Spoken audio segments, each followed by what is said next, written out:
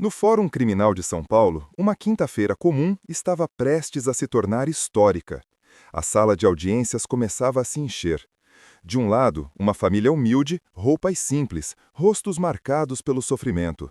Do outro, um homem de terno italiano, relógio de ouro no pulso, emanando arrogância. Ricardo Fontana, 42 anos, empresário milionário, dono da Fontana Construções, uma das maiores construtoras de São Paulo. Patrimônio estimado em 150 milhões de reais. Ele estava sendo julgado por um crime que chocou a cidade inteira. Fontana entrou na sala como se estivesse entrando em uma reunião de negócios qualquer.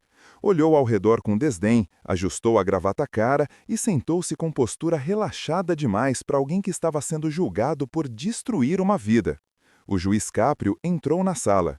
Todos se levantaram. A audiência estava oficialmente aberta. Fontana olhou para o relógio Rolex de ouro e disse alto, sem cerimônia alguma: "Juiz, com todo respeito, tenho reunião importante às 3 da tarde na Faria Lima. Estou fechando o contrato de 20 milhões. Podemos resolver isso rápido? 1 hora no máximo?" O silêncio na sala foi constrangedor. O juiz Caprio olhou fixamente para Fontana e respondeu com sua calma característica, mas voz firme: "Senhor Fontana, a única coisa importante nesta sala hoje é fazer justiça. Justiça não tem pressa, mas também não falha. Por favor, sente-se adequadamente." Fontana soltou uma risada de deboche, olhou para seu advogado e disse alto o suficiente para todos ouvirem: "Justiça? Sério? Meu advogado aqui, o Dr. Tavares, custa 15 mil reais por hora. Isso é mais do que esse entregador aí ganhava em 6 meses de trabalho. Vamos ser realistas." A família da vítima abaixou a cabeça. A mãe começou a chorar baixinho. O que aconteceu nas próximas horas destruiu completamente a vida desse empresário arrogante. Cada segundo foi registrado, cada palavra, cada expressão, e o Brasil inteiro assistiria. A vítima era Diego Santos, 22 anos, nascido e criado no Capão Redondo, zona sul de São Paulo. Diego era entregador de aplicativo, trabalhava 12, às vezes 14 horas por dia, 7 dias por semana. Seu sonho era juntar dinheiro para abrir uma lanchonete no bairro. Diego era arrimo de família. Seu pai morreu quando ele tinha 15 anos, vítima de infarto trabalhando em obra. Desde então, Diego assumiu as responsabilidades.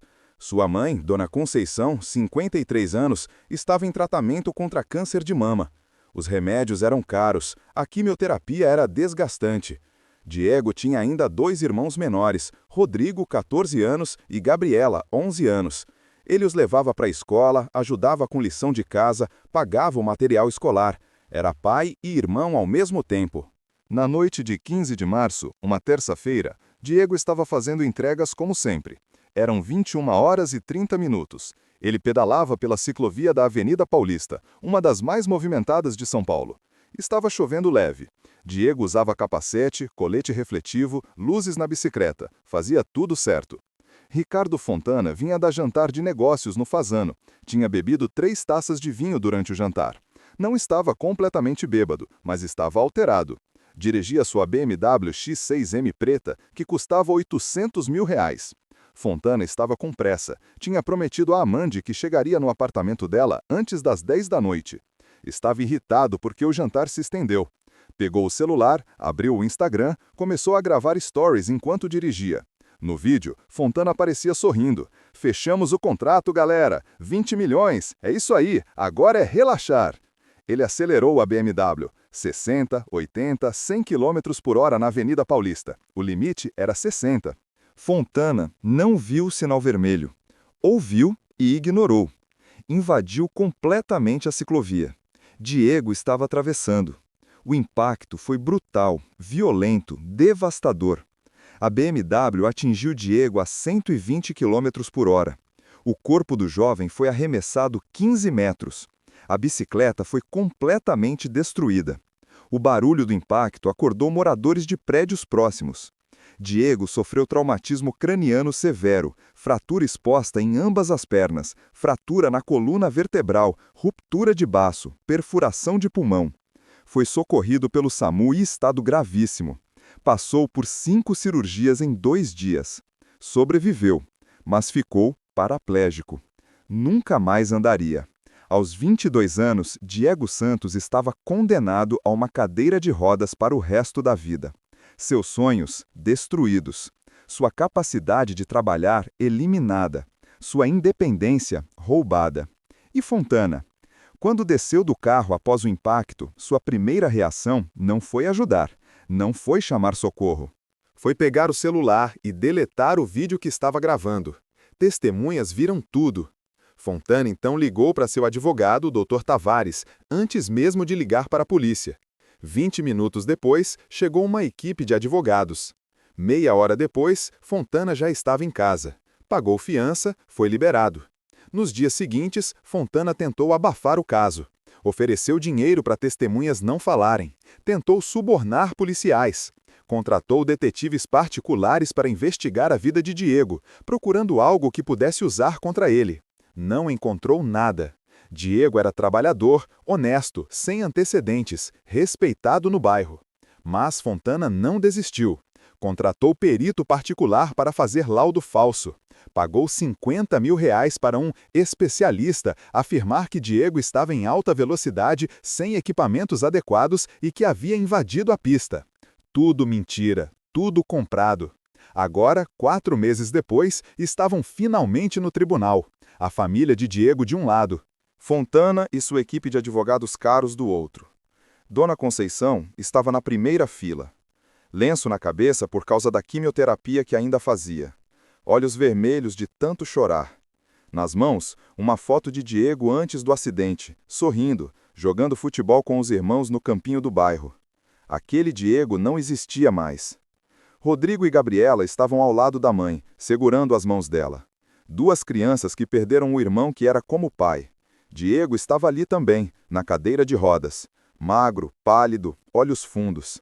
4 meses de sofrimento haviam envelhecido seu rosto. Mas seu olhar tinha determinação. Ele queria justiça. O Dr. Tavares, advogado de Fontana, começou sua defesa. Era um homem de 60 anos, experiente, conhecido por tirar ricos de situações difíceis. Usava terno azul marinho impecável, gravata de seda, abotoaduras de ouro. Excelência, meu cliente é um empresário respeitado, gerador de empregos, pagador de impostos. Essa situação toda foi um acidente. Um acidente lamentável, trágico, mais um acidente. Não houve dolo, não houve intenção. Ele abriu sua pasta de couro legítimo e tirou documentos. Trago aqui laudo técnico do perito Dr. Henrique Sampaio, engenheiro de trânsito com 30 anos de experiência. O laudo é claro, a vítima estava em velocidade incompatível, não sinalizou a conversão, não estava com equipamentos adequados. Dona Conceição começou a chorar mais alto. Diego fechou os olhos, respirou fundo. O Dr. Tavares continuou. Meu cliente, o Sr. Fontana, é primário, nunca teve problemas com a justiça. É pai de família, empresário exemplar. Peço que seja considerada a pena alternativa, pagamento de indenização justa, e que possamos encerrar esse caso da forma mais razoável possível. Fontana estava relaxado na cadeira, quase entediado. Olhou novamente para o relógio. Foi então que o juiz Caprio fez uma pergunta simples, mas que mudaria tudo. Dr. Tavares, seu cliente costuma usar redes sociais? O advogado pareceu surpreso. Sim, excelência, como a maioria das pessoas hoje em dia. Ele posta com frequência? Acredito que sim. E no dia do acidente, ele postou algo? Dr. Tavares folheou seus papéis inseguro. Eu precisaria verificar, não vejo relevância. O juiz Caprio foi direto. Senhor Fontana, vou precisar fazer perícia técnica no seu celular. Fontana se levantou imediatamente irritado. Como assim? Isso é invasão de privacidade. Tem informações confidenciais da minha empresa aí, contratos, e-mails, negociações. O Dr. Tavares tentou controlar a situação. Excelência, com todo respeito, isso é desproporcional. Não há justificativa legal para... O juiz Caprio manteve a calma, mas foi firme. Ah, sim. Testemunhas afirmaram que o réu estava utilizando o celular no momento do acidente. Preciso verificar. Senhor Fontana, ou o senhor entrega voluntariamente agora, ou eu determino busca e apreensão imediata. A escolha é sua. Fontana olhou para o advogado nervoso. Sussurraram entre si. Fontana gesticulava, claramente contrariado. O advogado tentava acalmá-lo. Finalmente, com expressão de raiva, Fontana pegou o iPhone do bolso e jogou sobre a mesa. Aqui, mas eu vou processar por isso. Pode anotar. O juiz Caprio chamou os peritos oficiais. 2 técnicos entraram na sala com equipamentos, conectaram o celular nos aparelhos deles. A sala estava em silêncio tenso. Fontana tamborilava os dedos na mesa, inquieto. O Dr. Tavares folheava papéis nervosamente. 15 minutos se passaram. Os peritos conversavam baixo entre si, apontavam para as telas, faziam anotações.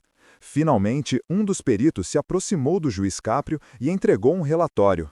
O juiz leu em silêncio. Sua expressão mudou. Ficou séria, grave. Senhor Fontana, os peritos encontraram um vídeo deletado no seu celular. Um vídeo gravado minutos antes do acidente. Fontana empalideceu, tentou disfarçar.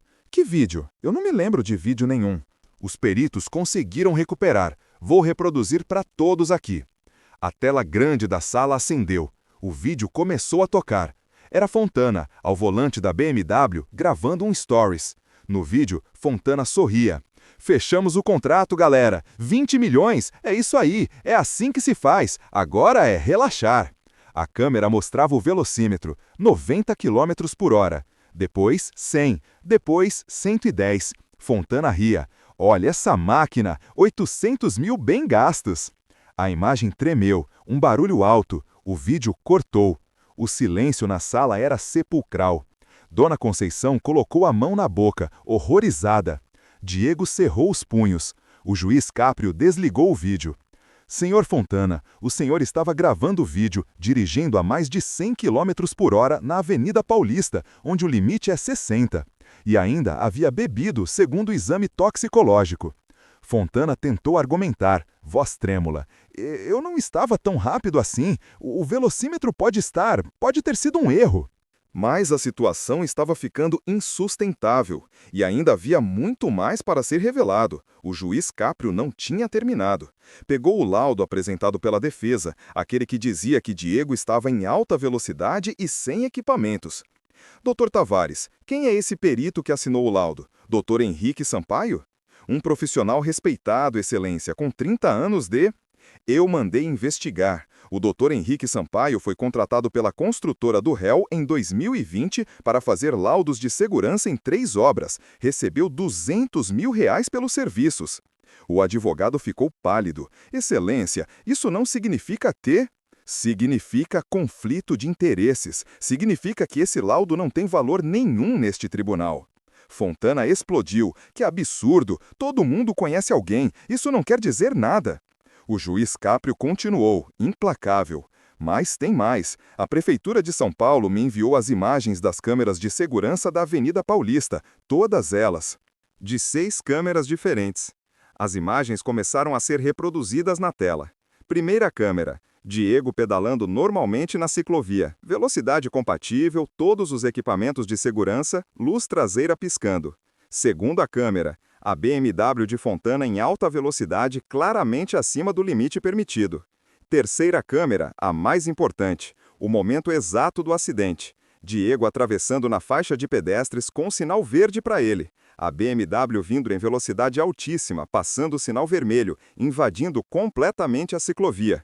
O impacto brutal. Quarta câmera, Diego sendo arremessado no ar, caindo violentamente no chão. A BMW parando metros à frente. Quinta câmera, Fontana saindo do carro, pegando o celular imediatamente, dedos se movendo na tela, deletando o vídeo. Testemunhas começando a se aproximar. Sexta câmera, Fontana ao telefone, gesticulando, andando de um lado para outro. Não se aproximou de Diego nenhuma vez. As imagens falavam por si. Não havia espaço para mentira. A verdade estava ali, registrada, incontestável. Dona Conceição chorava alto agora. Outras pessoas na plateia também choravam. Fontana estava em choque. Tentou falar, gaguejar alguma coisa, mas não conseguiu formar palavras. O Dr. Tavares estava suando. Afrouxou a gravata. Tentou uma nova abordagem. Excelência, sem dúvida houve erros do meu cliente, mas o juiz Caprio não tinha terminado de apresentar evidências. Ainda tem mais. Conversei com testemunhas que estavam no local. Vou chamar algumas para depor agora. Roteiro 1. Empresário arrogante humilha juiz Caprio. A sentença foi brutal. No Fórum Criminal de São Paulo, uma quinta-feira comum estava prestes a se tornar histórica. A sala de audiências começava a se encher. De um lado, uma família humilde, roupas simples, rostos marcados pelo sofrimento. Do outro, um homem de terno italiano, relógio de ouro no pulso, emanando arrogância. Ricardo Fontana, 42 anos, empresário milionário, dono da Fontana Construções, uma das maiores construtoras de São Paulo. Patrimônio estimado em 150 milhões de reais. Ele estava sendo julgado por um crime que chocou a cidade inteira. Fontana entrou na sala como se estivesse entrando em uma reunião de negócios qualquer. Olhou ao redor com desdém, ajustou a gravata à cara e sentou-se com postura relaxada demais para alguém que estava sendo julgado por destruir uma vida. O juiz Caprio entrou na sala. Todos se levantaram. A audiência estava oficialmente aberta. Fontana olhou para o relógio Rolex de ouro e disse alto, sem cerimônia alguma: "Juiz, com todo respeito, tenho reunião importante às 15h na Faria Lima. Estou fechando o contrato de 20 milhões. Podemos resolver isso rápido? 1 hora no máximo?" O silêncio na sala foi constrangedor. O juiz Caprio olhou fixamente para Fontana e respondeu com sua calma característica, mas voz firme: "Senhor Fontana, a única coisa importante nesta sala hoje é fazer justiça. Justiça não tem pressa, mas também não falha. Por favor, sente-se adequadamente." Fontana soltou uma risada de deboche, olhou para seu advogado e disse alto o suficiente para todos ouvirem: "Justiça? Sério? Meu advogado aqui, o Dr. Tavares, custa 15 mil reais por hora. Isso é mais do que esse entregador aí ganhava em 6 meses de trabalho. Vamos ser realistas." A família da vítima abaixou a cabeça. A mãe começou a chorar baixinho. O que aconteceu nas próximas horas destruiu completamente a vida desse empresário arrogante. Cada segundo foi registrado, cada palavra, cada expressão. E o Brasil inteiro assistiria. Apresentação detalhada do caso. A vítima era Diego Santos, 22 anos, nascido e criado no Capão Redondo, zona sul de São Paulo. Diego era entregador de aplicativo. Trabalhava 12, às vezes 14 horas por dia, 7 dias por semana. Seu sonho era juntar dinheiro para abrir uma lanchonete no bairro. Diego era arrimo de família. Seu pai morreu quando ele tinha 15 anos, vítima de infarto trabalhando em obra. Desde então, Diego assumiu as responsabilidades. Sua mãe, Dona Conceição, 53 anos, estava em tratamento contra câncer de mama. Os remédios eram caros, a quimioterapia era desgastante. Diego tinha ainda 2 irmãos menores, Rodrigo, 14 anos, e Gabriela, 11 anos. Ele os levava para a escola, ajudava com lição de casa, pagava o material escolar. Era pai e irmão ao mesmo tempo. Na noite de 15 de março, uma terça-feira, Diego estava fazendo entregas como sempre. Eram 21h30. Ele pedalava pela ciclovia da Avenida Paulista, uma das mais movimentadas de São Paulo. Estava chovendo leve. Diego usava capacete, colete refletivo, luzes na bicicleta. Fazia tudo certo. Ricardo Fontana vinha dar jantar de negócios no Fasano. Tinha bebido 3 taças de vinho durante o jantar. Não estava completamente bêbado, mas estava alterado. Dirigia sua BMW X6M preta, que custava 800 mil reais. Fontana estava com pressa. Tinha prometido à amante que chegaria no apartamento dela antes das 10 da noite. Estava irritado porque o jantar se estendeu. Pegou o celular, abriu o Instagram, começou a gravar stories enquanto dirigia. No vídeo, Fontana aparecia sorrindo. "Fechamos o contrato, galera! 20 milhões! É isso aí! Agora é relaxar!" Ele acelerou a BMW. 60, 80, 100 km por hora na Avenida Paulista. O limite era 60. Fontana não viu o sinal vermelho. Ouviu e ignorou. Invadiu completamente a ciclovia. Diego estava atravessando. O impacto foi brutal, violento, devastador. A BMW atingiu Diego a 120 km por hora. O corpo do jovem foi arremessado 15 metros. A bicicleta foi completamente destruída. O barulho do impacto acordou moradores de prédios próximos.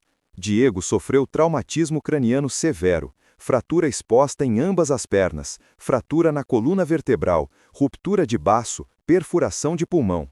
Foi socorrido pelo SAMU em estado gravíssimo. Passou por 5 cirurgias em 2 dias. Sobreviveu, mas ficou paraplégico. Nunca mais andaria. Aos 22 anos, Diego Santos estava condenado a uma cadeira de rodas para o resto da vida. Seus sonhos destruídos, sua capacidade de trabalhar eliminada, sua independência roubada. E Fontana? Quando desceu do carro após o impacto, sua primeira reação não foi ajudar, não foi chamar socorro, foi pegar o celular e deletar o vídeo que estava gravando. Testemunhas viram tudo. Fontana então ligou para seu advogado, Dr. Tavares, antes mesmo de ligar para a polícia. 20 minutos depois, chegou uma equipe de advogados. Meia hora depois, Fontana já estava em casa. Pagou fiança, foi liberado. Nos dias seguintes, Fontana tentou abafar o caso. Ofereceu dinheiro para testemunhas não falarem. Tentou subornar policiais. Contratou detetives particulares para investigar a vida de Diego, procurando algo que pudesse usar contra ele.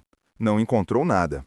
Diego era trabalhador, honesto, sem antecedentes, respeitado no bairro. Mas Fontana não desistiu. Contratou perito particular para fazer laudo falso. Pagou R$50 mil para um especialista afirmar que Diego estava em alta velocidade, sem equipamentos adequados e que havia invadido a pista. Tudo mentira. Tudo comprado. Agora, 4 meses depois, estavam finalmente no tribunal. A família de Diego de um lado, Fontana e sua equipe de advogados caros do outro. Dona Conceição estava na primeira fila. Lenço na cabeça por causa da quimioterapia que ainda fazia. Olhos vermelhos de tanto chorar. Nas mãos, uma foto de Diego antes do acidente, sorrindo, jogando futebol com os irmãos no campinho do bairro. Aquele Diego não existia mais.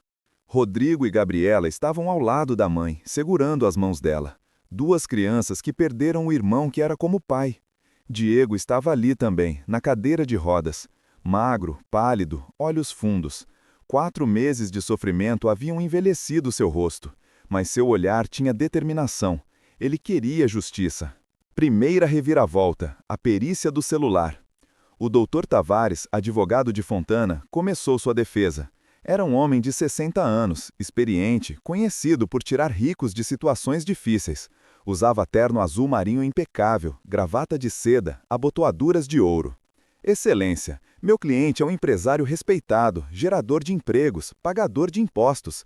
Essa situação toda foi um acidente lamentável, trágico, mas um acidente. Não houve dolo, não houve intenção. Ele abriu sua pasta de couro legítimo e tirou documentos. Trago aqui laudo técnico do perito Dr. Henrique Sampaio, engenheiro de trânsito com 30 anos de experiência. O laudo é claro, a vítima estava em velocidade incompatível, não sinalizou a conversão, não estava com equipamentos adequados. Dona Conceição começou a chorar mais alto. Diego fechou os olhos, respirou fundo. O Dr. Tavares continuou. Meu cliente, o Sr. Fontana, é primário, nunca teve problemas com a justiça. É pai de família, empresário exemplar. Peço que seja considerada a pena alternativa, pagamento de indenização justa, e que possamos encerrar esse caso da forma mais razoável possível. Fontana estava relaxado na cadeira, quase entediado. Olhou novamente para o relógio. Foi então que o juiz Caprio fez uma pergunta simples, mas que mudaria tudo. Dr. Tavares, seu cliente costuma usar redes sociais? O advogado pareceu surpreso. Sim, excelência, como a maioria das pessoas hoje em dia. Ele posta com frequência? Acredito que sim. E no dia do acidente, ele postou algo? Dr. Tavares folheou seus papéis inseguro. Eu precisaria verificar. Não vejo relevância. O juiz Caprio foi direto. Senhor Fontana, vou precisar fazer perícia técnica no seu celular. Fontana se levantou imediatamente irritado. Como assim? Isso é invasão de privacidade. Tem informações confidenciais da minha empresa aí. Contratos, e-mails, negociações. O Dr. Tavares tentou controlar a situação. Excelência, com todo respeito, isso é desproporcional. Não há justificativa legal para. O juiz Caprio manteve a calma, mas foi firme. Ah, sim. Testemunhas afirmaram que o réu estava utilizando o celular no momento do acidente. Preciso verificar. Senhor Fontana, ou o senhor entrega voluntariamente agora, ou eu determino busca e apreensão imediata. A escolha é sua. Fontana olhou para o advogado nervoso. Sussurraram entre si. Fontana gesticulava, claramente contrariado. O advogado tentava acalmá-lo. Finalmente, com expressão de raiva, Fontana pegou o iPhone do bolso e jogou sobre a mesa. Aqui, mas eu vou processar por isso. Pode anotar. O juiz Caprio chamou os peritos oficiais. 2 técnicos entraram na sala com equipamentos. Conectaram o celular nos aparelhos deles. A sala estava em silêncio tenso. Fontana tamborilava também nos dedos na mesa, inquieto. O doutor Tavares folheava papéis nervosamente. 15 minutos se passaram. Os peritos conversavam baixo entre si, apontavam para as telas, faziam anotações. Finalmente, um dos peritos se aproximou do juiz Capri e entregou um relatório. O juiz leu em silêncio. Sua expressão mudou. Ficou séria, grave. Senhor Fontana, os peritos encontraram um vídeo deletado no seu celular. Um vídeo gravado minutos antes do acidente. Fontana empalideceu. Tentou disfarçar. Que vídeo? Eu não me lembro de vídeo nenhum. Os peritos conseguiram recuperar. Vou reproduzir para todos aqui. A tela grande da sala acendeu. O vídeo começou a tocar. Era Fontana, ao volante da BMW, gravando um stories. No vídeo, Fontana sorria. Fechamos o contrato, galera! 20 milhões! É isso aí! É assim que se faz! Agora é relaxar! A câmera mostrava o velocímetro, 90 km por hora. Depois 100, depois 110. Fontana ria. Olha essa máquina! 800 mil bem gastos! A imagem tremeu. Um barulho alto. O vídeo cortou. O silêncio na sala era sepulcral. Dona Conceição colocou a mão na boca, horrorizada. Diego cerrou os punhos. O juiz Caprio desligou o vídeo. Senhor Fontana, o senhor estava gravando o vídeo, dirigindo a mais de 100 km por hora na Avenida Paulista, onde o limite é 60.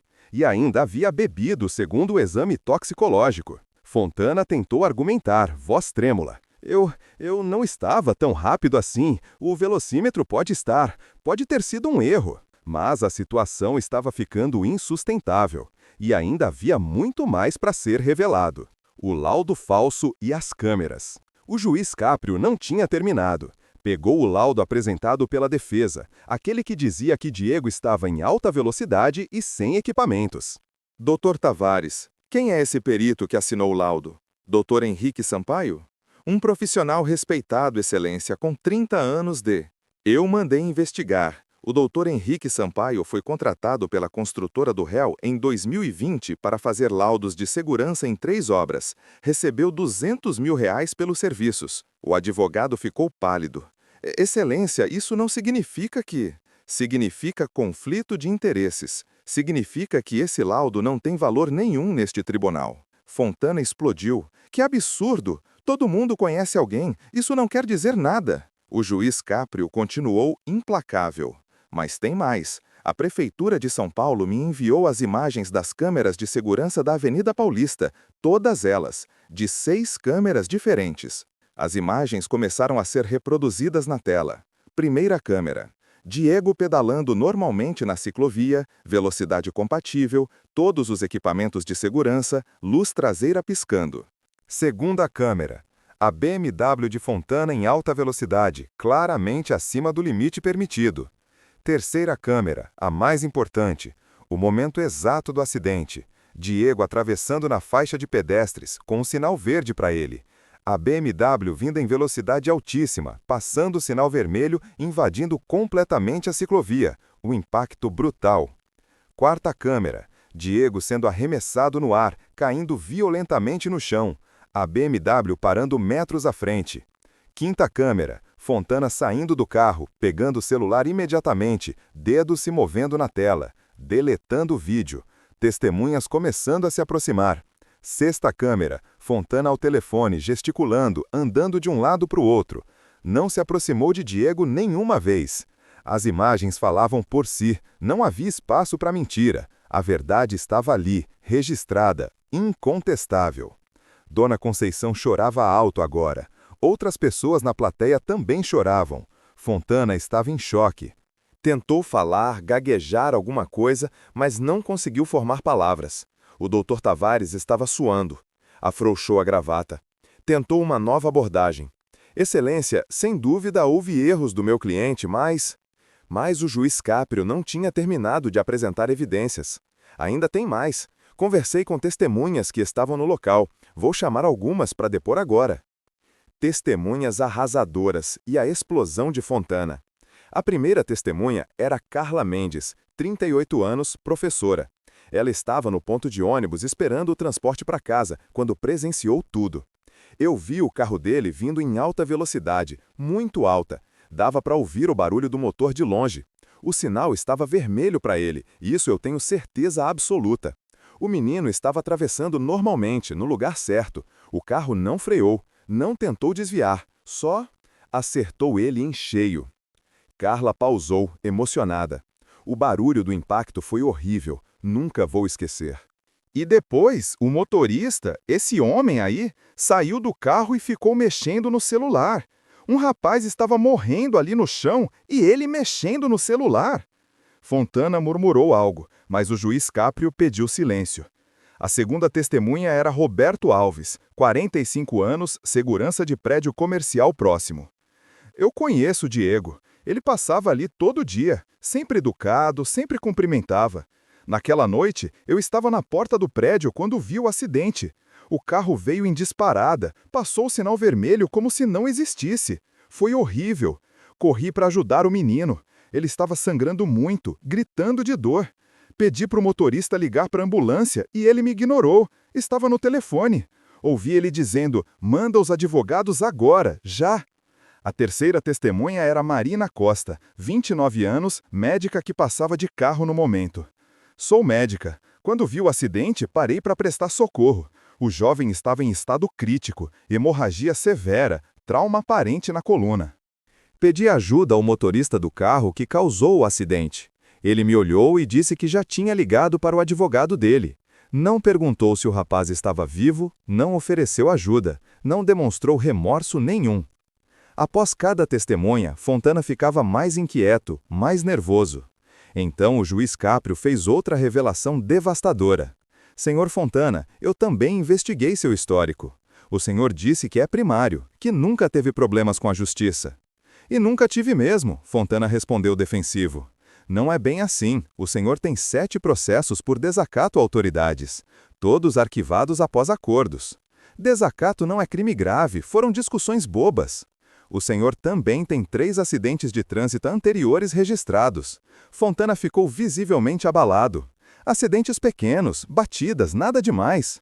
Um deles, em 2019, foi bem similar ao atual. O senhor atropelou um ciclista na Marginal Pinheiros. Silêncio. Aquele caso foi arquivado. A vítima retirou a queixa. Sabe por quê? Porque recebeu R$200 mil em acordo. Fontana engoliu seco. Mas tem mais. Eu consegui contato com aquela vítima. Ele concordou em depor. Um homem de cerca de 50 anos entrou na sala, mancando levemente. Foi até o microfone. Meu nome é Paulo Henrique. Em 2019, eu estava indo trabalhar de bicicleta quando esse homem aí me atropelou. Quebrei minha perna em 3 lugares. Fiquei 4 meses sem trabalhar. Ele me ofereceu R$200 mil para não processar. Eu aceitei porque precisava do dinheiro. Mas me arrependo todos os dias, porque ele continuou dirigindo perigoso e agora destruiu a vida de outro ciclista. Fontana explodiu, levantou-se da cadeira gritando: "Chega! Chega dessa palhaçada! Isso é perseguição, armação! Eu vou processar todos vocês, o juiz, as testemunhas, todo mundo!" Apontou o dedo para o juiz Caprio. "O senhor não sabe quem eu sou. Meu pai joga golfe com o governador. Eu conheço deputados, senadores. Vou acabar com sua carreira." O doutor Tavares tentou segurar Fontana pelo braço. "Ricardo, acalme-se, pelo amor de Deus." Fontana empurrou o advogado. "Sai, eu pago você para me defender, não para ficar do lado deles." Começou a andar em direção à porta. "Eu não vou ficar ouvindo essas mentiras. Isso acabou." A voz do juiz Caprio cortou a sala como uma lâmina. "Senhor Fontana, volte ao seu lugar imediatamente." Fontana virou-se, rosto vermelho de raiva. "Ou o quê? O que o senhor vai fazer? Me prender? O senhor não tem coragem. Eu vou." O juiz Caprio pressionou o botão na mesa. Desacato à autoridade. Contenção do réu. Seguranças, por favor. 3 seguranças entraram rapidamente na sala. Fontana tentou resistir, mas foi imobilizado, algemado, forçado a sentar. O homem que minutos atrás estava arrogante, agora estava em pânico total. Suava, tremia, a máscara tinha caído completamente. O juiz Caprio pediu silêncio na sala. Esperou até que todos estivessem calmos novamente. Vamos prosseguir. Doutor Tavares, sua defesa final. O advogado estava visivelmente abalado. Levantou-se, voz trêmula. Excelência, meu cliente cometeu erros, graves erros. Ele reconhece isso agora. Está disposto a pagar indenização generosa, R$ 50.000.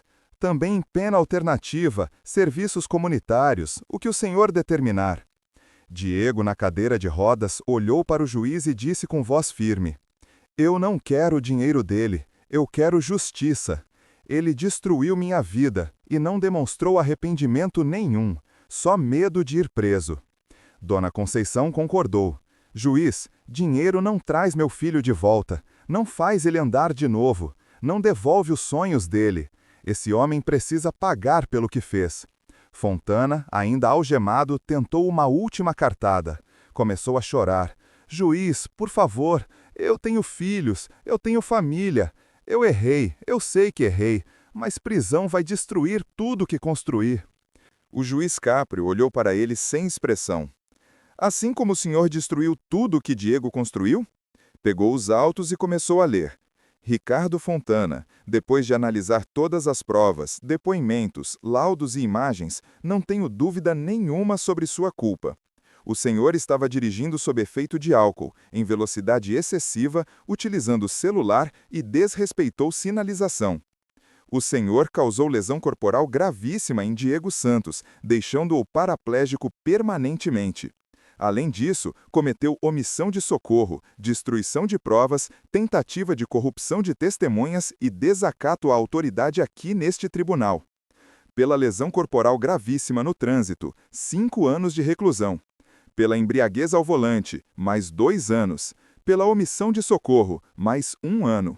Pelos crimes de obstrução de justiça e tentativa de corrupção de testemunhas, mais 2 anos. Pelo desacato loge, mais 6 meses. Total: 10 anos e 6 meses de reclusão em regime inicialmente fechado. Fontana desmoronou, chorava copiosamente agora.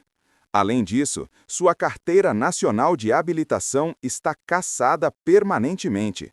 O senhor nunca mais dirigirá legalmente em território brasileiro. Determina o pagamento de indenização por danos morais e materiais no valor de R$ 3 milhões para Diego Santos e sua família. E, por fim, decreto sua prisão preventiva.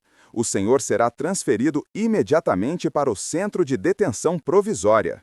Fontana gritou: Não, por favor, não! Eu vou pagar o que for, 5 milhões, 10 milhões, mas não me prendam! O juiz Caprio finalizou: Senhor Fontana, o senhor entrou neste tribunal perguntando se eu sabia quem o senhor era, dizendo que seu advogado custava mais do que a vítima ganhava, demonstrando total desprezo pela vida humana, pela justiça, por tudo. Agora o senhor vai aprender que, diante da lei, não importa quanto dinheiro você tem. Não importa quem você conhece. Não importa quantos carros de R$ 800 mil você possui. O que importa são suas ações. E suas ações causaram sofrimento imensurável. O Brasil inteiro vai saber exatamente quem o senhor é. Um homem que destruiu uma vida, tentou comprar a justiça e achou que estava acima das consequências. Oficial de justiça, remova o condenado. Os seguranças levantaram Fontana. Ele mal conseguia andar, pernas bambas. As algemas brilhavam em seus pulsos. O homem que entrou arrogante saía destruído. Passou por Diego na cadeira de rodas. Diego o olhou nos olhos. Não disse nada, não precisava. Fontana foi levado porta fora, cabisbaixo, chorando. Diego abraçou sua mãe. Dona Conceição beijou a testa do filho. Justiça, meu filho, finalmente justiça. Rodrigo e Gabriela abraçaram o irmão. A família estava unida, apesar de tudo. O juiz Caprio assinou os últimos documentos, organizou os autos. Levantou-se e saiu da sala. A audiência havia terminado. A justiça tinha sido feita. Ricardo Fontana perdeu sua liberdade. Perdeu sua carteira. Perdeu 3 milhões de reais. Perdeu sua reputação. Perdeu tudo. Diego perdeu muito também. Perdeu suas pernas. Perdeu seus sonhos. Perdeu sua independência. Mas Diego tinha algo que Fontana nunca teria: dignidade, família e a satisfação de ver a justiça prevalecer. Às vezes a arrogância tem um preço, e Ricardo Fontana acabou de pagar esse preço da forma mais cara possível. 10 anos e 6 meses. Cada dia na prisão lembrará do momento em que achou que estava acima da lei. Justiça foi feita.